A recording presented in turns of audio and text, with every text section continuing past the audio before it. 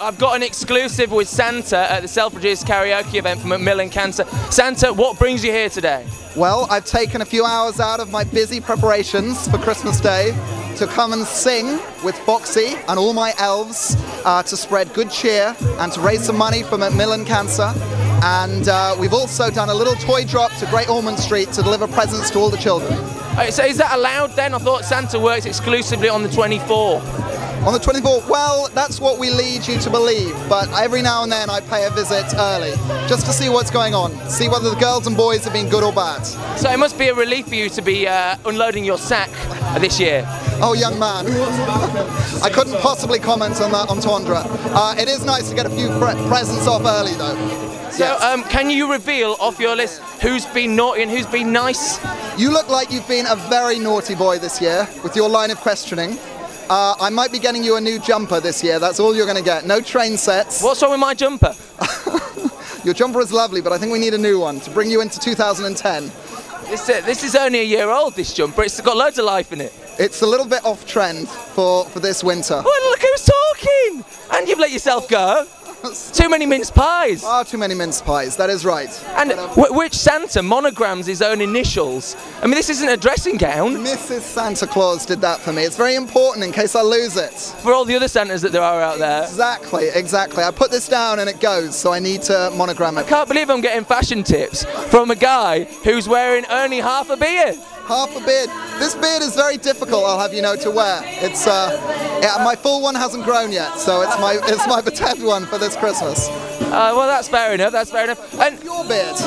Wait, I've been growing this for 3 years, mate.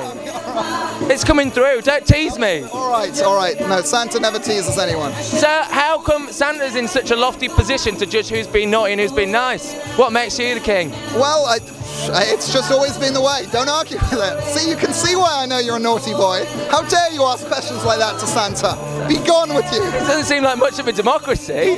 This is a naughty and nice dictatorship. You're not even getting a jumper this year. You're going to get a lump of coal if you're lucky. Good. Well, I love a lump of coal. That's what I've asked for. So the joke's on you. Good point. All right, well, I'll bring you a lump of coal, wrapped up beautifully. Brilliant. Well, you played right into my hands. Yes, there you go. You're very clever, young man. Very clever. Too clever for me. You've got to be clever to be an evil genius. Oh, you've caught me out. What do you deliver? What do you do for Christmas? I don't deliver much. Just good cheer. Good cheer. I get around the world in 24 hours delivering millions of presents, and you have the audacity to insult my goodwill, my good name, and my costume. How dare you? Well, I don't know why you're making such a big deal of it. You don't work for 364 days of the year. Who do you think makes the toys? Who checks the list? The elves? No, the elves are rubbish. They're on strike for half the year. So you got a bit of admin and the odd bit of carpentry, toy making or whatever, and then you go off on a big delivery. You're basically a glorified UPS man. All right, it's a fair cop. You've got me. You do it next year. How about that? All right, we'll swap. I believe that's the plot of a Tim Allen movie. Yeah. Well, someone needs to sign us up. I mean, your job looks really easy. Wear silly jumpers, silly glasses, interview random people in Selfridges. I'll take silly jumper, but silly glasses? These are my seers. These are my windows to the world. Oh, and what do you see through these glasses? Well, probably the same as you, but just with a black rim round it all. Fair enough.